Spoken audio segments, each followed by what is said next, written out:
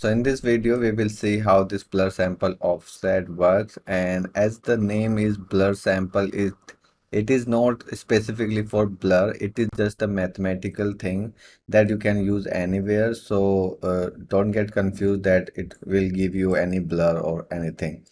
So if you it takes the two input, and if you take it to two input, if you connect like 2 and 2.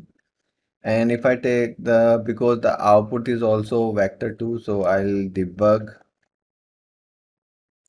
scalar value, sorry, debug plot 2. And basically, what you see here, it will just multiply your input with those value and give you the input, give you the output.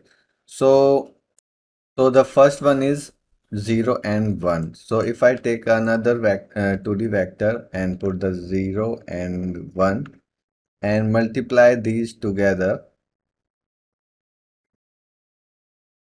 so the output of this and this will be same. So if I connect it here and preview, so first value is multiplied with 0, so that will be 0. Second value is multiplied with 1, so 2 multiplied 1 is equal to 2.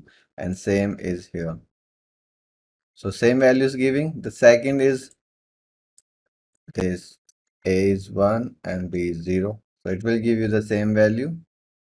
Then the third is 0 and minus 1. So the output should be 0 multiplied 2 is 0 and minus 1 multiplied 2 is minus 2. So it will be 0 minus 2. And same thing you can feed here.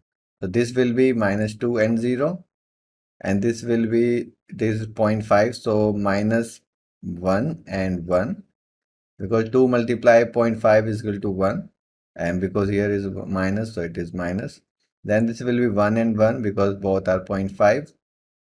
Then this will be 1 and minus 1.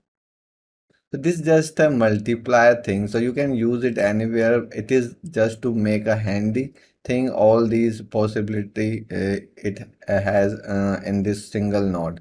So if you open this also, you will see these are just multiplying with vectors too. Okay.